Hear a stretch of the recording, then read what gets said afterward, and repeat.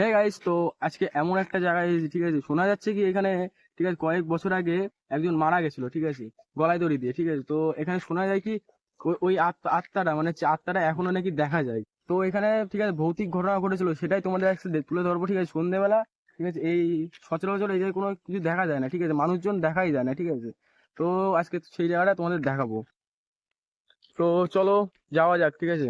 চলো যাওয়া যাক আমরা যেখানে যাওয়া আজকে আমাদের তো গাইস যাচ্ছিলাম, ঠিক আছে, যেতে যেতে, ঠিক আছে, এত, ঠিক আছে, মানে ভয় লাগছে, ঠিক আছে গাইস, কেউ নেই দেখুন। এত ফাঁকা মাঠ, ঠিক আছে, পুরো ফাঁকা মাঠ।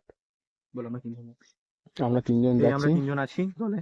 ঠিক আছে, তিনজন যাচ্ছি আজকে। প্রমাণ করে দেবো কি ভূত সত্যিই কি আছে। তিনজন, ঠিক আছে, যাচ্ছিলাম, ঠিক আছে, যেতে যেতে দুটো কাকুর সাথে দেখা হলো।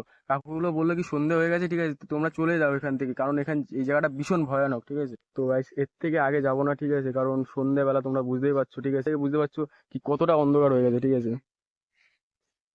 তাই সন্ধেবেলা আর যাবো না, ঠিক আছে, তোমাদের জুম করে দেখাচ্ছি, ঠিক আছে, গাছটা।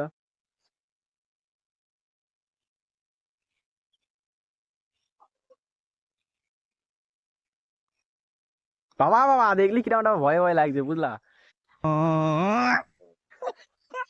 তো আজকের মতন, ঠিক আছে, এখানে এন্ড, ঠিক আছে। তো তোমরা এরকম ব্লগ দেখার জন্য লাইক, কমেন্ট, শেয়ার, সাবস্ক্রাইব করবেন, ঠিক আছে।